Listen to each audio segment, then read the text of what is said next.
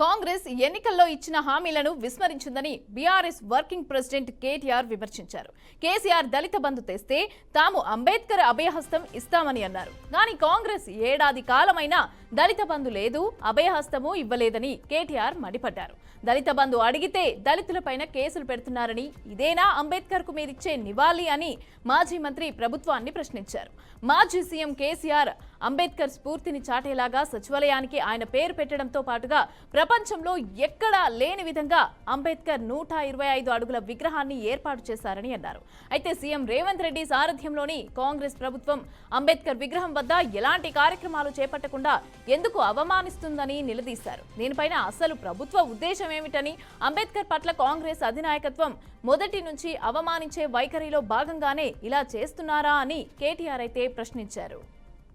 నేను అడుగుతాను, ఇవాళ మీరు నిర్బంధిస్తున్నది, అణిచివేస్తున్నది మమ్మల్ని కాదు, భారత రాష్ట్ర సమితి నాయకులను కాదు, మిమ్మల్ని ప్రశ్నిస్తున్న వాళ్ళని కాదు, మీరు నిర్బంధిస్తున్నది ఆ 125 ఫీట్ల ఎత్తున ఈరోజు మొత్తం హైదరాబాద్ను, మొత్తం భారతదేశానికి స్ఫూర్తినిచ్చే విధంగా అక్కడ నిలుచొని ఉన్న మహానుభావుడు అంబేద్కర్ గారిని మీరు నిర్బంధిస్తూ ఉన్నారు.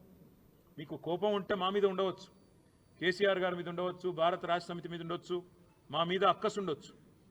కానీ ఆ అక్కసును ఒక మహానుభావుడు ఏప్రిల్ 14 వారి జయంతి, డిసెంబర్ 6 అంబేద్కర్ గారి వర్ధంతి, మధ్యలో రాజ్యాంగ దినోత్సవం కూడా ఉన్నది. ఈ 3 సందర్భాల్లో కూడా బ్రహ్మాండంగా అక్కడ కార్యక్రమాలు చేయవచ్చు. డాక్టర్ బాబాసాహెబ్ అంబేద్కర్ దగ్గర విగ్రహం దగ్గర ఒక అద్భుతమైన మ్యూజియం కూడా ఏర్పాటు చేసినాం. దాన్ని ఈరోజు వరకు మీరు పట్టించుకోరు.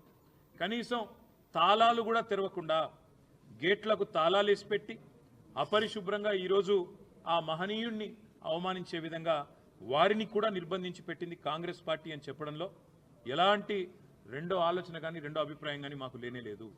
ఇవాళ మహానుభావుడి దగ్గరికి మేము పోతాము అంటే, ప్రజాస్వామికంగా నిరసన చెప్తాము అంటే, మా నాయకుల వ్యక్తిగత స్వేచ్ఛను, మా ప్రజాస్వామిక హక్కును కాలరాస్తున్న ప్రభుత్వానికి నిరసనగా మేము అక్కడికి పోతామంటే 300-400 మంది పోలీసులను పెట్టినారు కదా ముఖ్యమంత్రి గారు. నేను అడుగుతా ఉన్నా, ఆ 300-400 మంది పోలీసులకు మీరు పెట్టిన ఖర్చుతో ఆ ప్రాంగణం మొత్తం పరిశుభ్రం చేయరాదా? అక్కడ బ్రహ్మాండంగా ఈరోజు ఆ మహానుభావుడికి నివాళి అర్పించే కనీస సంస్కారం లేదా నీకు నీ ప్రభుత్వానికి కనీసం ఆ ఇంగితం కూడా లేదా? ఈరోజు ఈ ప్రభుత్వాన్ని నేను అడుగుతా ఉన్నా, ఇవాళ మీరు నిర్బంధిస్తున్న